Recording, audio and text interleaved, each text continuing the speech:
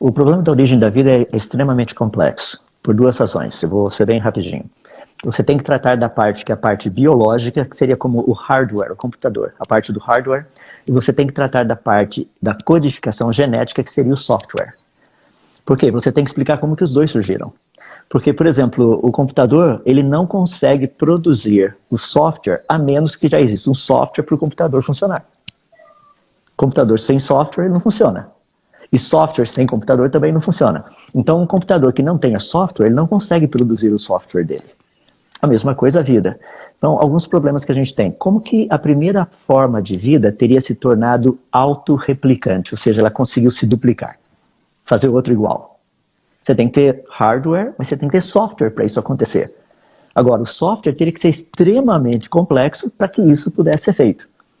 Daí como é que fica? Por quanto tempo essa primeira forma de vida teria que ter existido para que o software virasse software, que pudesse dar a capacidade de autorreprodução? Será que a capacidade de autorreproduzir teria vindo primeiro do que a capacidade de morrer?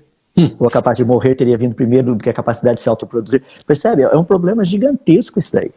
Só que as pessoas não tratam disso. Elas falam assim, não, naquela sopa primordial lá, deu uma descarga elétrica e surgiram os aminoácidos e blá, blá, blá, blá, blá, blá. Eu falo, meu amigo, você não tem noção do que você está falando, da complexidade da vida. Daí entra a ideia do que Darwin pensava da vida, porque ele olhava para o núcleo da célula, com os microscópios que eles tinham naquela época, rapaz, ele achava que era uma gelatina o negócio. Ele não tinha a menor noção da codificação genética. E, diga-se de passagem, esse ano estamos comemorando 20 anos de Projeto Genoma. E foi do finalzinho do ano passado que uns pequenos pedacinhos que ainda estavam em branco foram preenchidos, isso é o cromossomo Y, que é o cromossomo masculino, os pedacinhos foram preenchidos de um único espécime. Então eles vão ter que testar outros agora para ver se são relativamente iguais e tudo mais. Imagina, só 20 anos para a gente conseguir mapear, a gente não sabe direito como ele funciona, mas só para mapear. E o pessoal me disse que isso surgiu espontaneamente. Deixa eu fazer uma pergunta aqui de teoria da conspiração. Você acha que essas pesquisas científicas estão sendo peneiradas, filtradas, para que não apareçam certos resultados que contribuam para o design inteligente? O que você acha disso? Olha, a resposta é sim. A gente sabe que tem filtros. Eles sempre existiram. Assim, eu estou na física, por exemplo, há 30 anos. E a gente sabe que tem gente que gosta de certas teorias e não gosta de outras. Eu estou falando dentro da física, não estou nem falando de naturalismo e criacionismo. Isso acontece na teologia também, viu, Adalto? Eu sei. Não é? Agora, quando você fala de revisão de pares, aí a coisa fica meio complicada, né? Porque eu brinco com o pessoal, é mais ou menos assim, lembra quando o Zé Dirceu foi preso? Vamos deixar o Zé Dirceu definir o que é peculato, o que é formação de quadrilha, ou seja, ele define o que é isso. Rapaz, não funciona. Então a ciência, querendo ou não, infelizmente, sabe, a gente tem passado por uma época assim, a idade média da ciência aqui, que a gente ia sair dela rapidamente, para a ciência voltar a ser ciência de novo. Então, assim, descobriu, ótimo, legal. Para que lado a coisa vai? Tá indo para cá. Não gosto. Problema seu. Ô Adalto, essa crítica é muito interessante. Eu tive uma conversa muito parecida com o Eberlin, e ele disse um negócio que eu queria que você desenvolvesse um pouco mais. Ele disse que o grande problema de hoje em dia é que a ciência passou a ter valor absoluto. E isso é contra a própria ciência. Porque a ciência é a busca pela verdade, e não a verdade em si. Correto. Eu tenho conversado um pouco com o Dr. Marcos Eberlin a respeito disso, porque esse é um problema sério que a gente tem. Tá? Bem sério. Quer dizer, tenho conversado, não, nós já conversamos um pouco no passado a respeito disso. Que a ciência hoje ela ganhou um papel como se ela fosse a detentora da verdade. E não é isso, a ciência é uma busca pela verdade. A partir do momento que a ciência ela bate o martelo, ela está virando dogmática. Quer ver? Deixa eu dar um exemplo. Não é função da ciência tentar descobrir como a vida teria surgido espontaneamente. A função da ciência é descobrir como a vida surgiu. Percebe a diferença? Perfeitamente. Veja, se o pessoal fala, não, a gente está aqui trabalhando para demonstrar como a vida teria surgido espontaneamente. Eu falei, isso daí não é mais ciência, isso daí é dogma. Você está tentando provar aquilo que você crê. A função da ciência é o seguinte, vamos pegar os processos naturais, as leis da natureza, vamos pegar aquilo que a gente conhece de codificação genética, ou de codificação de uma forma geral. Como que é esse negócio hoje? Como que teria surgido? Quais são as leis por trás disso? O que você está propondo vai contra as leis e vai contra os processos naturais que nós temos. Então eu estou achando que não é por aí o caminho. Ou seja, ciência agora é feita baseada em fé? Não pode ser.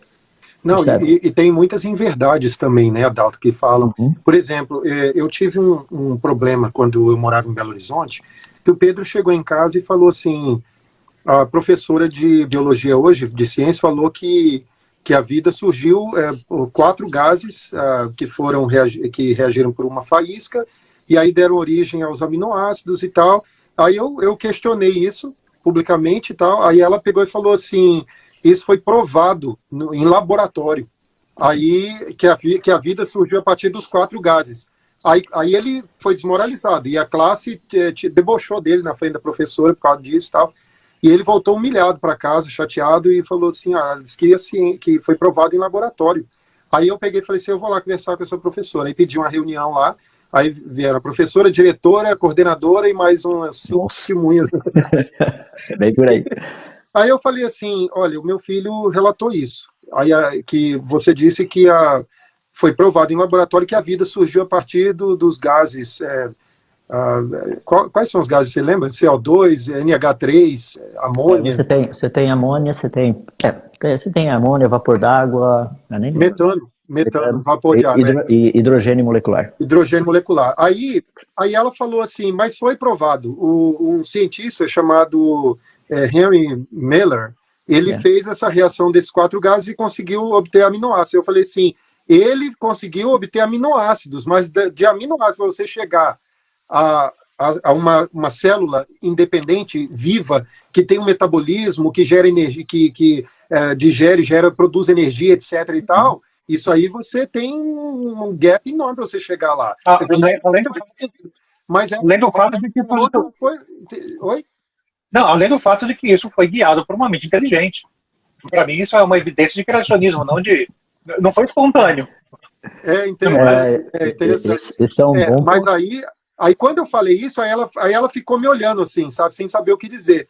Aí, o que você quer que eu faça, então? Eu falei assim, eu quero que você fale para a classe a verdade, na frente do meu filho.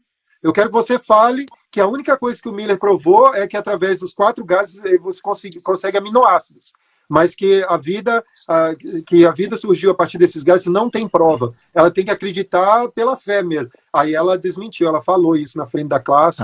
Legal. Eu queria ver tu brabo desse jeito, Charles. Pai, eu vou dizer, eu fico imaginando tu falando desse jeito com a professora. Mas sabe o que é?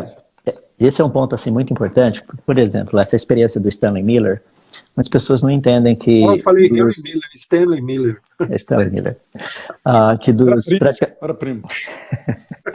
que dos 20 aminoácidos que a gente chama de proteinogênicos, só 13 foram formados. Ninguém comenta que 7 nunca se formam. E desses 7, vou deixar para o pessoal fazer pesquisa aí, tem 3 deles, a histidina, a lisina e você acha outro, tá? Desses 3 são fundamentais para a formação do DNA. Eles nunca se formam. Nunca. Em outras palavras, a experiência de Stanley Miller é um fracasso tentando provar como vida teria surgido. São pessoas ainda... Desculpa, eu vou usar uma palavra aqui, eu não quero ser duro, mas existe uma certa ignorância com respeito ao experimento, o que ele realmente conseguiu, o que foi feito. Por exemplo, eu não vou nem entrar na questão dos aminoácidos, que você tem levógenos, destrógenos, direita e esquerda, que só tem um tipo que produz vida, e lá, não vou nem falar da quantidade de toxinas que apareceram nesse experimento, que ninguém fala disso, ou seja, tem mais coisa para acabar com a vida do que coisas para produzir vida na experiência de Stanley Miller. Interessante. Sabe? Mas isso não é dito, ninguém fala nada a respeito disso. E o que vocês falaram, e eu concordo plenamente, é aquela ideia de que... Desculpa, tem um cachorro solto por aqui. Que literalmente vida, a gente não tem nenhuma única experiência, nenhuma, que prove que vida teria surgido espontaneamente. 0.